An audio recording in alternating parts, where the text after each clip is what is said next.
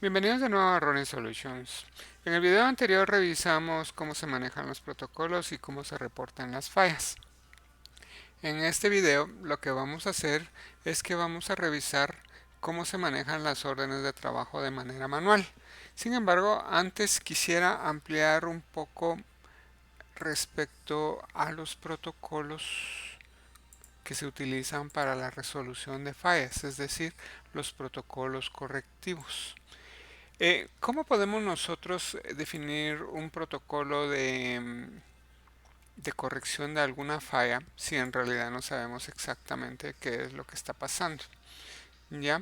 Si revisamos el protocolo que utilizamos en el ejemplo anterior, nosotros podemos ver que se definieron múltiples actividades, ¿ya? Y es aquí donde quiero que pongamos la atención.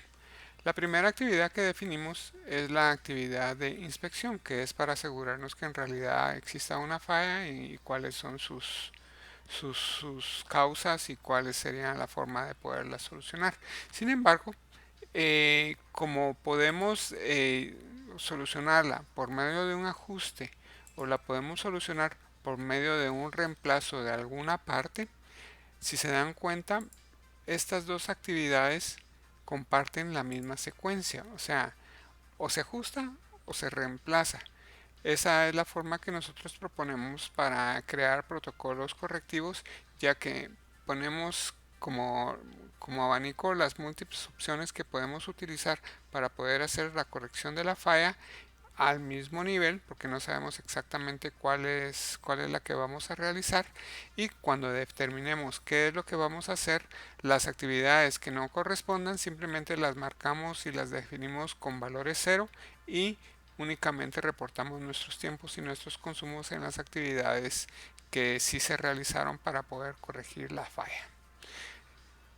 Este es otro punto que quiero destacar de los protocolos del manejo de fallas, es que siempre deben de tener una actividad que se denomina terminar falla.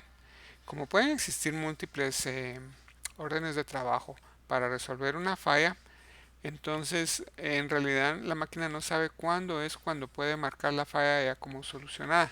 Eso se logra por medio de la inclusión de esta actividad, que en realidad no lleva ningún tiempo. Lo único que tiene que hacerse es de marcarla como realizada, y entonces la máquina ya va a decir, ok, esta falla ya está terminada, ya la puedo marcar como tal, la retira de la lista de fallas pendientes de atender y la pasa como una falla ya terminada. ¿Ya? Lo único es que también este tipo de actividad generalmente tiene asociado el registro de la falla que causó su origen.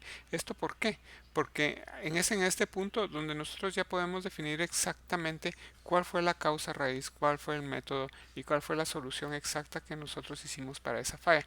Es por eso que también es necesario reportar el resultado o la determinación de la falla y la solución a la hora de reportar el cierre de esta actividad. Esto era lo que quería ampliar como parte del manejo de los protocolos de correctivos. ¿Ya? Ahora sí ya pasemos al manejo de las órdenes de manera manual. Entonces, una orden se puede generar por medio de un protocolo, se puede generar por medio de una falla reportada o la podemos manejar de manera manual. ¿Cómo lo hacemos? Simplemente ingresando el documento, eh, o sea, en vez de hacerlo de manera automática, tomando como base las plantillas de los protocolos, nosotros lo vamos a hacer ingresar directamente. ¿Ya? Entonces decimos, bueno, vamos a crear una falla, una orden de mantenimiento preventiva, digamos. O vamos a hacer una inspección porque vimos algo raro. ¿Ya? Una cosa importante o una diferencia importante entre una orden generada a partir de un protocolo y una orden ingresada manualmente es que se le deja al usuario el texto libre para que él identifique de la mejor manera posible el nombre de la orden de trabajo. Mientras que cuando se genera a partir de un protocolo, la máquina va concatenando el número de la orden, el número de la falla, el ID del equipo, para que cuando la persona o el administrador o inclusive el operador revisen sus actividades en su calendario, puedan determinar fácilmente de qué orden estamos hablando y no tener que ingresar para lograr establecer qué es lo que se pretende o qué es lo que se piensa hacer con esa orden.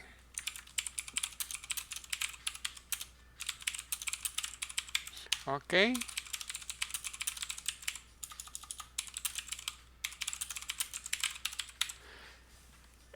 tenemos estas dos opciones, el ID del registro de la falla y el ID del proveedor o del cliente.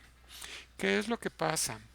Cuando nosotros definimos la clase de movimientos, que son cada uno de los tipos de las órdenes de trabajo, en ellas definimos qué es lo que son capaces de manejar, si manejan mediciones, materiales, protocolos, si son recurrentes, si manejan fallas, actividades y si manejan proveedores. Entonces, estos campos que nosotros estamos llenando están controlados por las autorizaciones que nosotros definimos acá. Entonces, si nos damos cuenta, nosotros podemos reportar fallas, por ejemplo, maneja fallas. Este tipo de órdenes, que es la orden de mantenimiento preventiva, no permite manejar fallas. Si nosotros ingresáramos alguna falla en este campo, la máquina nos va a decir, mire, esta orden no está autorizada para manejar fallas. De la misma manera, si ingresásemos algún proveedor. El proveedor nos sirve para cuando mandamos a realizar una orden de trabajo exterior. Entonces, como no lo vamos a manejar nosotros, es necesario y nos van a cobrar por el servicio que nos van a hacer, entonces es necesario identificar el proveedor, porque la combinación del proveedor con el ID del equipo o el ID de los materiales que se van a utilizar nos va a servir para lograr evaluar lo que es la orden de trabajo. ¿Ya? Seguimos entonces con la orden preventiva. Igual, la fecha de creación es el día que estamos creando la orden, para cuándo queremos que se ejecute, o sea, el día que se empieza a ejecutar dicha orden, hasta cuándo queremos que se deje de ejecutar la orden, la duración en días de la orden, la frecuencia, que ya dijimos que es el número de unidades que permiten definir cada cuánto tiempo se ejecuta la orden, y la clasificación o la definición de dicha frecuencia, que puede ser en días, meses o años. ¿Ya? Grabamos la orden y ya podemos ingresar todo lo que es su detalle. Como hemos dicho anteriormente, siempre todas las mediciones, materiales y fallas están asociadas a una actividad. Es por eso que se deben definir las actividades antes de poder ingresar cualquier medición, material o falla. ¿Ya? Entonces, como aquí tenemos barra libre, por decirlo así, nosotros podemos ingresar el material que nosotros quisiéramos, ¿ya? La posición que nosotros quisiéramos. Inclusive aquí no se hace una diferenciación entre las posiciones maestras y las posiciones reales, sino que podemos ingresar cualquiera de las dos. Como ya se está manejando de manera directa, es muy probable que el operador o el administrador sepa quién es la persona que realmente se va a hacer cargo de ese trabajo, entonces pueda de una vez ingresar una posición real y no tener que ingresar una posición maestra, aunque lo puede hacer si aún no sabe quién es quien lo va a realizar. ¿Ya? Una inspección, la secuencia. Como ya dijimos, la secuencia lo que sirve es para definir si las actividades se realizan de forma secuencial o se realizan de forma paralela. Las actividades paralelas son aquellas que comparten el mismo número de secuencia. ¿Ya? Pongámosle que sea una hora y cualquier descripción que consideremos adecuada para la actividad. La agregamos. Ya agregó el registro 69. Ok, entonces entramos las mediciones. Las mediciones también son libres. Generalmente cuando partimos de algún protocolo, ojalá las mediciones del catálogo de equipo, ojalá las mediciones del detalle de los protocolos. Pero aquí lo único que se va a limitar el sistema es a decirnos, mire, la medición que usted me está ingresando no está definida en el catálogo correspondiente.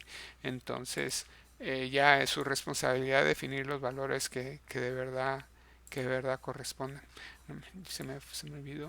6.9. 6.9. Inspección.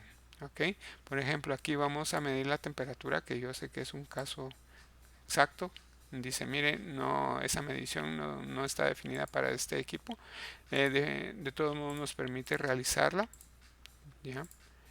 Y de hecho todos estos campos son exigidos, no se pueden ingresar o dejar valores en blanco porque entonces la máquina no nos va a dejar avanzar, ¿ya? Lo mismo sucede con los materiales si los llegáramos a consumir y las fallas si las llegáramos a reportar y si fuera algún tipo de orden que manejara o que estuviera habilitada para manejar algún tipo de falla. Ok, entonces ya tenemos las órdenes de trabajo generadas a partir de un protocolo, a partir de una falla e ingresadas manualmente.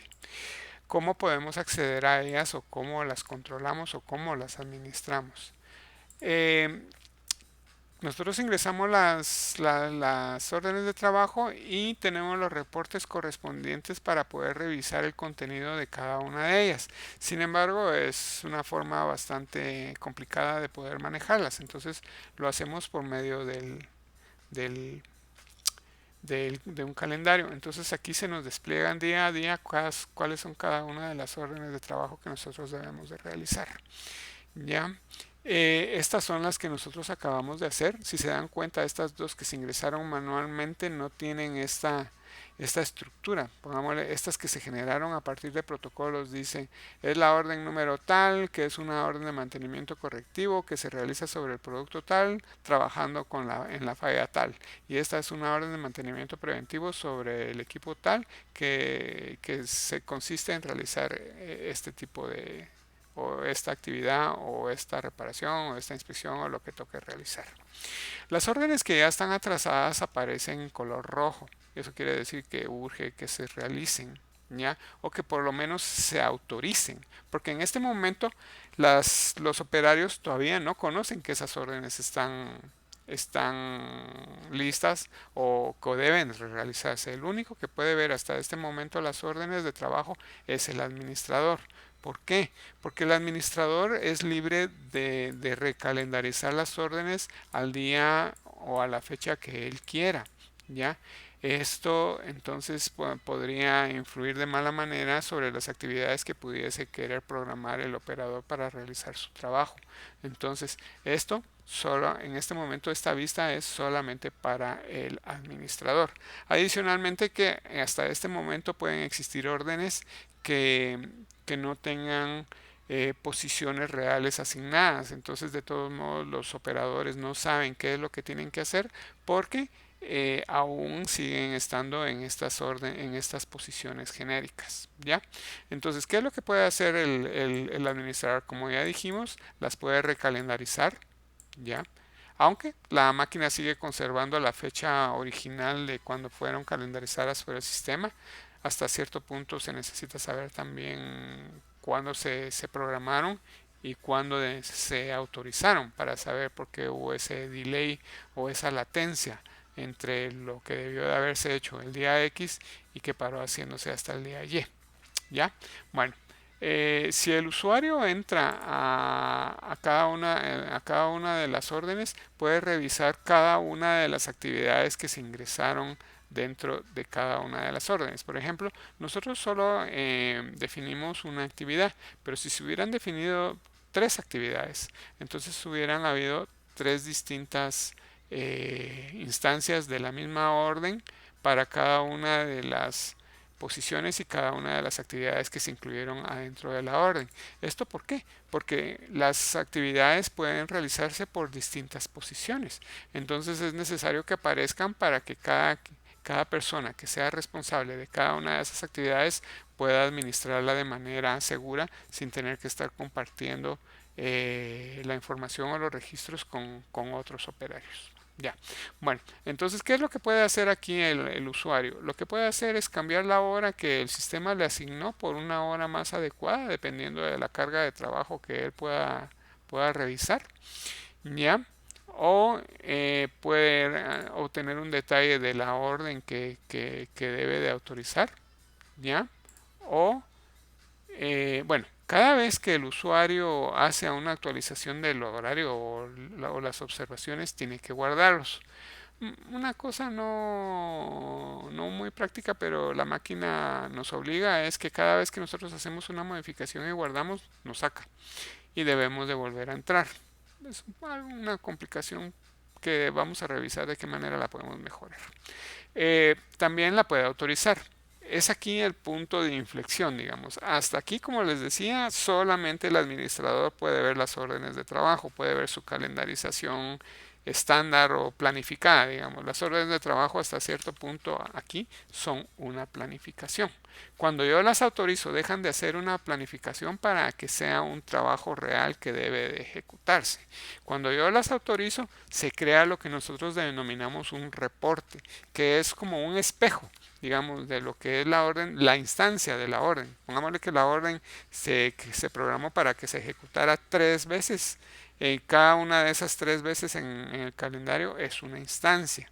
Entonces, cada vez que yo autorizo una instancia de esa orden, se crea un reporte para cada una de esas instancias. O sea, en este caso, que se programó para que se hicieran 3 veces en el trimestre, entonces van a aparecer tres detalles de órdenes, y conforme yo las vaya autorizando se van a ir creando las instancias del reporte. Aquí, si yo autorizo esta, solo va a crear el reporte para esta instancia. Si vamos a ver, si yo reviso en el mes de enero,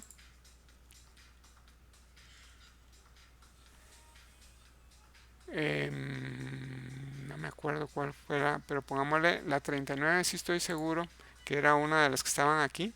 Entonces la 39 era, sí, estas dos las hicimos solo para que se aplicaran de una sola vez. En cambio la 39 fue la que hicimos que durara durante un trimestre. Si se dan cuenta, aparece la 39 otra vez acá para el 18 de enero y debería de estar también en el 18 de febrero. Entonces, si yo autorizo esta instancia de la orden 39, si yo la autorizo acá, solo se va a crear el reporte para diciembre. El reporte para enero y el reporte de febrero se van a crear hasta que yo autorice la ejecución de la actividad de esos meses. O sea, no se hace todo por lotes y llenamos a la gente de tantos reportes, sino que solo lo que yo voy autorizando. ¿Ya? Lo demás, como les decía, sí, las órdenes siguen siendo una planificación que yo todavía sigo manteniendo el control y que puedo recalendarizar o inclusive cerrar, decir, ya no la ejecute porque a lo mejor viene una actividad extraordinaria que va a hacer lo mismo que nosotros teníamos planificado, entonces mejor la cierro. ¿Ya? Entonces, hasta aquí, digamos que llega lo que es el manejo de las órdenes. Las órdenes, cuando generan el reporte, les decía, generan el reporte como un espejo del detalle de la orden. Adicional a ese espejo, genera como otra columna, digamos. El espejo original contiene todos los valores estándar o los valores planificados. Crea otra columna adicional que son los valores reales. Entonces, cuando el operario ya tiene acceso a esas órdenes a esos reportes y ya ha finalizado el trabajo o ha encontrado o ha ejecutado parte de esas actividades, entonces va ingresando los valores que él realmente midió, consumió, básicamente, o atendió en el caso de las fallas. ¿Ya? Entonces, básicamente, hasta aquí llega lo que es la orden de trabajo, que como queremos enfatizar de nuevo, es una programación, es una planificación. Cuando yo las autorizo, desaparecen de acá, dejan de ser una planificación y ya aparecen en los calendarios de las personas responsables, en el caso que ya estén asignadas a posiciones reales, o todavía tenemos que hacer el paso que vamos a ver en el siguiente video en el manejo de los reportes de trabajo, donde se cambian las posiciones generales o las posiciones maestras por posiciones reales y ya entonces el operador puede proceder a trabajar. Vamos a llegar hasta aquí. No, vamos a cerrarlas de una vez. ¿Para qué sirve esto? Como nosotros pudimos ver acá, no, este no es, era el calendario. Como nosotros podemos ver acá, nosotros las podemos cerrar. Conforme si nosotros decidimos cerrar alguna instancia de esta orden de trabajo, estas cerraduras, digamos, van a ir apareciendo en este reporte de los cierres. ¿Ya? Inclusive yo puedo ingresar también aquí manualmente cuáles son las instancias de las órdenes que yo deseo cerrar. Esto para que el usuario tenga también un control de qué es lo que ha ido cerrando y qué es lo que ha ido retirando de la programación normal para poder ejecutar de una mejor manera su trabajo porque tenía tareas duplicadas, porque tenía tareas que no valían la pena, porque tenía tareas de que posiblemente en el futuro va a generar un plan de trabajo que se efectúen en periodos más largos de diferencia, porque en periodos cortos ya se revisó que se mantiene o se sostiene una disponibilidad del equipo que nos permite hacer revisiones en plazos más largos. ¿Ya? Ahora sí, ya terminamos de manejar las órdenes de trabajo. Vamos a pasar en el siguiente video al manejo de los reportes de trabajo. ¿Ok? Muy amables.